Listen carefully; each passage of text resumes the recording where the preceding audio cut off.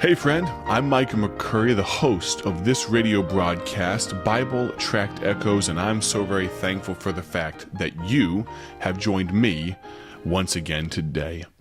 Let me ask you, have you ever been in a situation or witnessed an argument between two sides, two parties, two people that were so convinced that they were correct? We've seen it in the political sphere, have we not? We've seen it with little children arguing. Maybe even you and your wife, you and your husband. Maybe there's been some disagreements and both sides were just adamantly convinced that they were the right ones. Well, I've got a story from history past to share with you that goes right along those lines, but I'm going to ask the question, which side is God on? That's the question we're going to answer, and I get to unlock the key, or use the key to unlock the combination, if you will, to this thought we've been inching towards all week long. I'm looking forward to it. We're in the book of Exodus, chapter 14. Exodus 14, find your place there. While you do so, let me tell you about a gospel tract. I've got one in my hands right now. It's called You Can Know. This is a very popular gospel tract lately, and you can get it before it goes out of stock again at BibleTractsInc.org. We like it when gospel tracts go out of stock. That means we need to print more. That means God's people are using them, and You Can Know is a gospel tract we've had trouble keeping in stock. It's got a man on the front cover, looking away from whoever's taking the picture with his arms stretched out. It's almost like as he looks over a beautiful landscape, he's asking the question, who is God? Who am I? Well, this gospel tract right here talks about the fact that you can know and you can get real answers to eternal questions. This gospel tract, as with all of our gospel tracts, is available for free at BibleTractsInc.org. That's BibleTractsInc.org.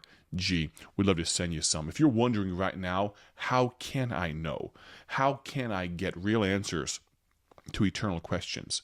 You can contact me today. I'd love to talk to you. I'll give you a text number where you can reach out to me right now. Let me give you that number. It is, are you ready? 309 316 7240. Again, that's 309 316 7240. Now we're going to turn to Scripture. While you're doing so, go to the book of Exodus chapter 14.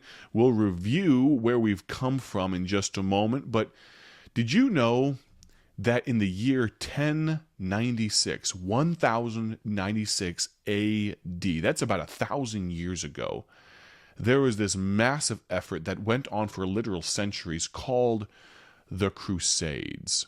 We've probably seen a movie or two that features something from this time period. Many of them are historically inaccurate, but what it boiled down to was a Catholic pope said that Christians needed to go conquer Jerusalem, needed to go and take this land, seize it for Christianity. And of course, the Muslim world was not so keen on that. And so they battled and battled. Massive numbers of casualties. The industrial war machine back then was turning at full tilt. Night after night, squire after squire left Europe and went to the Middle East. Of course, the Muslim folks, they were not going to take this lying down. But get this, interestingly enough, both sides were convinced. Both sides were sure. Both sides were absolutely dogmatic about the fact that God was on their side. You ever been in a situation where you thought you were right and the person you were arguing with thought they were right? Well, these crusaders, and of course the people they fought against, they served a God that they called Allah. The Christians, so-called, realized that I would not proudly claim descent from those quote-unquote Christians that came bearing a sword. God himself, Jesus, will come bearing a sword in his own time, but he came bearing a gospel of grace and truth. And so these crusaders that went and laid waste to wide swaths of the Middle East, no, I would not claim kinship to them. But you realize that both sides at least claimed, though they may not have known it or believed it in their heart of hearts, they claimed that they were doing justice for God and for country. Well, whether that was true or not, and we can make the claim biblically that it was not true, but we find ourselves in the book of Exodus chapter 14 with the Israelites, the Egyptians, and this place called the Red Sea. Israelites are pulling out their hair, not sure what to do, but God opens up through an unnatural occurrence, a supernatural occurrence. The Red Sea divides it. They're walking across on dry ground, but I want to point out something that occurred to me that I read years ago as a boy, as a teenager. And until this message, I have not preached this thought, and it brings me great joy to share it with you today. Remember, Egyptians, 600 chariots, the chosen chariots, plus all the rest of the chariots of Egypt. The dust plumed. You imagine the dust in the distance as they came. The Israelites, absolutely beside themselves with terror, with fear. They go to Moses and say, "What have we to do with thee? Why did you bring us out of Egypt to die here?" And Moses says, "Fear ye not, stand still and see." And then God tells him to proclaim that he, by God's power, is going to separate the Red Sea. And now we arrive after God pronounces judgment on the Egyptians. Very quickly, what did we see? We saw the resolution of the enemy on Monday. We saw the Israelites' reaction to the emergency and the recollection of the economy on Tuesday and Wednesday. I believe it was yesterday we talked about the preparation for victory, the prediction of a valley, the protection and visibility. Remember, you can always go back and listen to previous broadcasts, the video version on YouTube and the podcast version. Just search Bible Tract Echoes. But today, notice the direction of the assembly. Look at verse number 21 of chapter 14, a book of Exodus. "And Moses stretched out his hand over the sea, and the Lord caused the sea to go back by a strong east wind all that night, and made the sea dry land, and the waters were divided." And here's the direction of the assembly. "And the children of Israel went into the midst of the sea upon the dry ground, and the waters were a wall unto them on their right hand and on their left." Get this. This is the world's biggest aquarium. Here they are. Can you imagine those little boys on the far left-hand side and the little girls on the far right-hand side as they walked beside that water, and maybe when mama wasn't looking, they took their hand and they trailed it through that water, and maybe some intrepid boy, some adventurous boy, he stuck his hand in there and grabbed a fish and pulled his dinner out. I can only imagine. And to think that God had done it by his power. But look, verse number 23, it's not over. "The Egyptians pursued and went in after them to the midst of the sea, even all Pharaoh's horses, his chariots, and his horsemen. And it came to pass that in the morning watch the Lord looked unto the host of the Egyptians through the pillar of fire and of cloud, and troubled the host of the Egyptians." Now, we're going to get to the destruction of the adversary in just a moment, but the thought and the point, to be honest, of this entire week and of today is this: the devotion of the Almighty. Now, I believe every word is given to us by the inspiration of Almighty God in this Bible, and I'm excited to show you a few words that mean a lot to me. Look at verse 24 again. I read it, but I don't think you got it. Verse 24, "And it came to pass that in the morning watch, the Lord looked unto the host of the Egyptians through the pillar of fire and of the cloud, and troubled the host of the Egyptians." Now pause here for just a moment. Put a pin in that, okay? I've heard it sagely said, kind of a pithy turn of phrase, somewhat even sarcastically. Have you ever seen a man in a ball game hit a home run, and what does he do? He puts his fingers up in the air and he points up to God as if God gave him the ability to do it, and he just wants to give God the glory, right?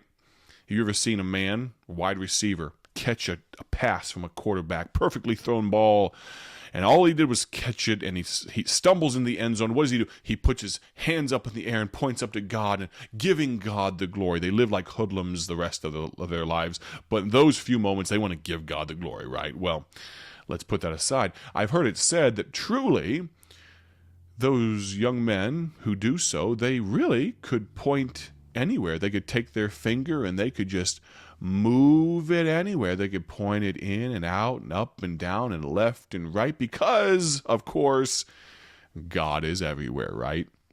Well, that's true. He is omnipotent. He's all-powerful. He's omniscient. He's all-knowing. God is omnipresent. I'm so thankful He's with me while He can also be with you because He's everywhere. But I can't understand it. It's like trying to explain the Trinity. Somehow God can be everywhere, know all things, be all-powerful, but His presence, His essence, can be more especially concentrated in a particular place. And we see that here in the book of Exodus, chapter 14. I'll read it for you one more time in case you missed it the first two times. Verse 24. And it came to pass that in the morning watch the Lord looked unto the host of the Egyptians through the pillar of fire and of the cloud. Now, we got to rehash from yesterday. Remember, we have the Red Sea, then we have the Israelites. Kind of imagine a line graph in front of you, okay? In one hand, you have the Red Sea. Then next to it, you have the Israelites. Then you have the pillar of fire and of cloud that was giving them protection and visibility. And on the other side, you have the Egyptians. And so on, when you think about this, if God is looking through the pillar of fire and of cloud to see the Egyptians, think about this. Which side was He on? Well, that means He was on the Israelite side, wasn't He? To answer the question, which side is God on? Well, I think a better question would be, let me answer the question with a question. Which side are you on? Because you and God make a majority. And here's the fun thing, He doesn't even need you. I want to be on whichever side God is on. Which side is God on? I don't know. I want to figure it out and get on that side. Let me encourage you, friend. In the difficult time you're going through, God is on your side.